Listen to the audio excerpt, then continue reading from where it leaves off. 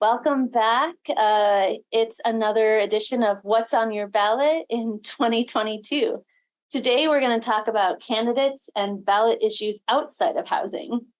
So I hope that you have signed up for Ballot Trace so you can find out when your ballot gets mailed to you. They go out on October 11th, and you have until November 8th to turn that in.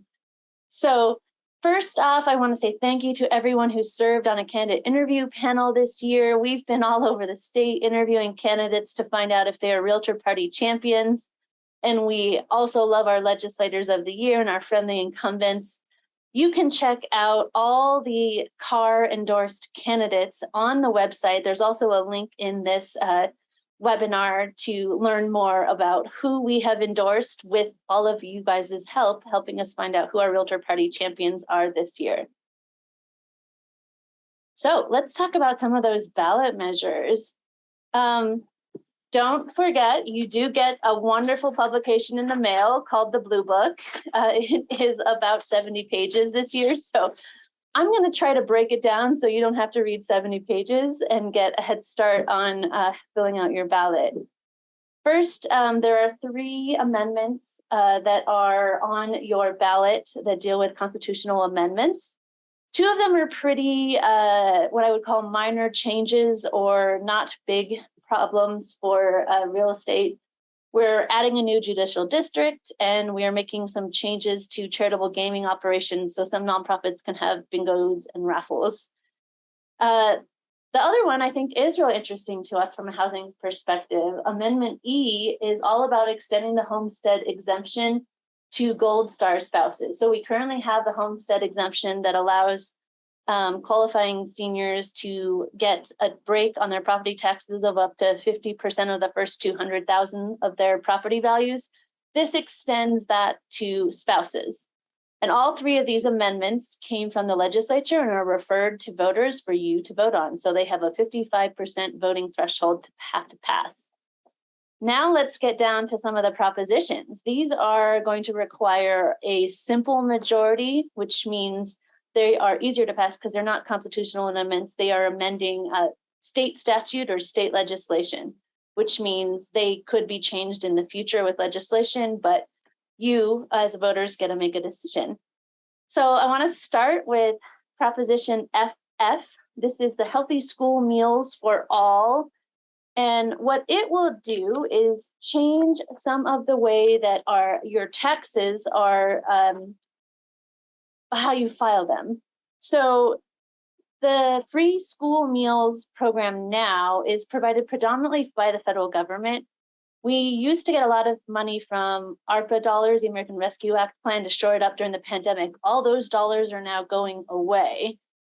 And we know that healthy kiddos learn better at school if they're not hungry in school. However, this is going to change some tax structures for some when we're in a high cost of living environment. The biggest thing you probably want to think about as an individual voter is it might impact your charitable giving limits for state deductions for nonprofits. So this is targeted at Coloradans who report a gross income of $300,000 or higher. And they're going to have to cap those state deductions at $12,000 for single filers and $16,000 for joint filers. That's how they are paying for this measure. The only thing that we're hearing in terms of pros and cons on this ballot measure is they don't have enough metrics around whether or not the amount of funding is going to be too much or too little, i.e. it costs a lot to provide lunch to kiddos, as opposed to you giving money directly to parents to make a lunch. So that could be the underfunding issue. That might cost more than we think it does. The overfunding issue might mean it will go up for the foreseeable future if more people raise more money or get better jobs. But what we don't know is how are they going to bring that back in? So if they have more money than the program needs to be running and operational, that money could just be dumped into the general fund and not be allocated to healthy school meals. There's no mechanism in the measure to rein it in. So just a voting choice for you. CAR doesn't take a position on FF, but that's what that measure does. All right. Going on to GG, this is another ballot measure that is going to provide you more voter information. What it will do is say that everything that has to get on your ballot, i.e. they have to go out and gather signatures, and your actual ballot will have to have a table of how it impacts different income levels. So you could have a lot more information about how ballot measures impact different types of folks in all walks of life, but it will cost a lot more to put this information into every signature gathering petition and every ballot. And your ballot will get longer because we'll now have a chart. So I guess we'll be spending more on postage if this passes. Next, I want to get to Proposition 121. This is the state income tax reduction. And so what it will do is save Coloradans $1.6 billion over the first 5 years, as we would take the current state income tax rate from 4.55% to 4.4%. However, we fund a lot of things with our income tax, and our income tax is lower than many other states. The biggest parts of our budget, think about prisons, healthcare, and education, are funded with this income tax. In fact, the income tax that we currently have now is 68% of the general fund. So if you do reduce your own taxes and you would get potentially less income that you would pay to the state, it does impact state services. So that's something that you would want to consider, whether or not this is a good idea. And again, CAR hasn't taken a position on Proposition 121, but we encourage you to look at some of the other really interesting data analysis out there done by the Common Sense Institute. We'll provide you some links to that as well. It's also linked in the ballot guide. Finally, some really fun, I'm going to call these the fun ballot measures. In case you're totally bored by like just the financial ones, you get to vote on 3 different alcohol and wine access ballot measures and psychedelic mushrooms. Never a dull moment in Colorado here. So let's start with the alcohol ones first. Proposition 124 allows retail liquor stores to apply to state and local governments to open new locations in a phased-in schedule. For those of you that don't track all the liquor battles at the Capitol, there's a certain amount of licenses allowed and they're sort of phased in. So the pro for this is, hey, retail liquor stores that don't have that many amounts of locations would be able to have more locations.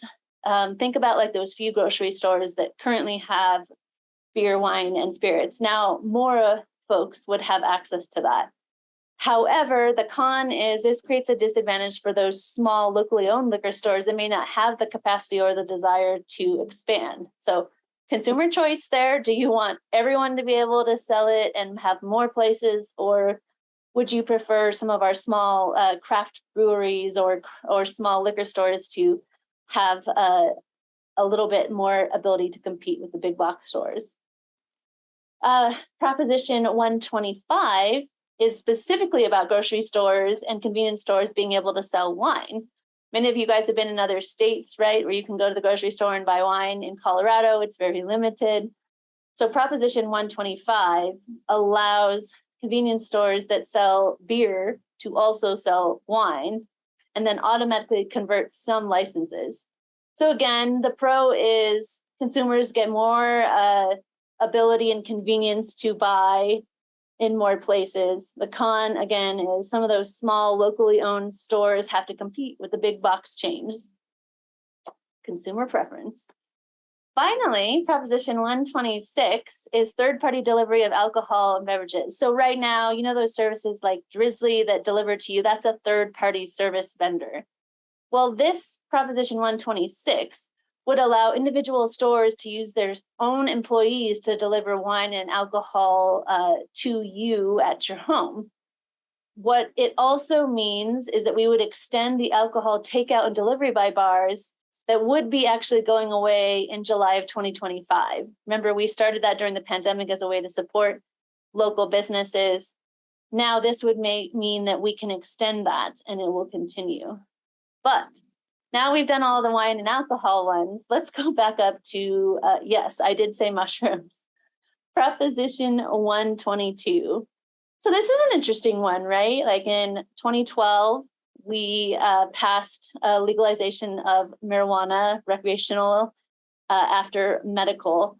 This is a similar but different proposal. So this would allow in 2024 what they call supervised use of psychedelic mushrooms by people who are 21 and over. They're talking about putting these in what they call healing centers.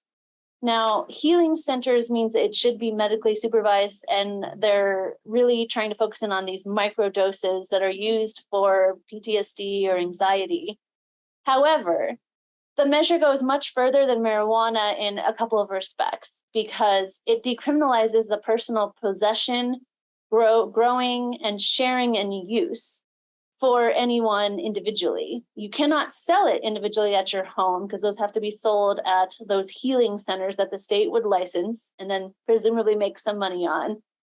But it's not just the 5 natural psychedelic substances in psilocybin mushrooms.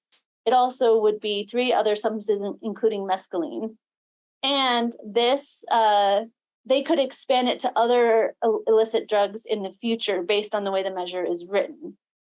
And I think one of the big things you need to consider if you care about your local community having the ability to have a say in this, Proposition 122 is different than marijuana because it overrides local control.